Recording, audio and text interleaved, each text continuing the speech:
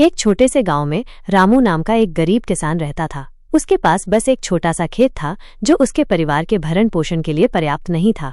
रामू दिन रात मेहनत करता, लेकिन कभी कभी प्रकृति की मार और कभी कभी बाजार में फसलों के कम दाम के कारण उसकी मेहनत बेकार हो जाती। रामू की पत्नी सीता भी घर के कामों के साथ साथ खेतों में उसकी मदद करती थी। उनके 2 बच्चे थे, राजू और मीरा, जो गांव के ही एक छोटे से स्कूल में पढ़ते थे। रामू और सीता का सपना था कि उनके बच्चे पढ़ लिखकर बड़े आदमी बने और गरीबी से मुक्ति पाएं।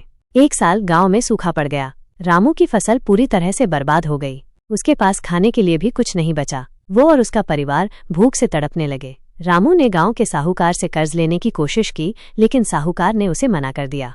रामू ने हार नहीं मानी। उसने शहर जाकर मजदूरी करने का फैसला किया। वो दिन रात मेहनत करता और जो कुछ भी कमाता उसे अपने परिवार को भेज देता।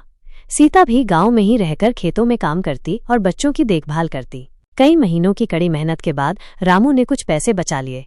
वो गांव वापस आया और अपने खेत में एक कुआं खुदवाया। उसने नई फसलें उगाईं और इस बार उसकी फसल अच्छी हुई। रामू ने अपनी फसल को बाजार में अच्छे दामों पर बेचा और अपना कर्ज चुकाया।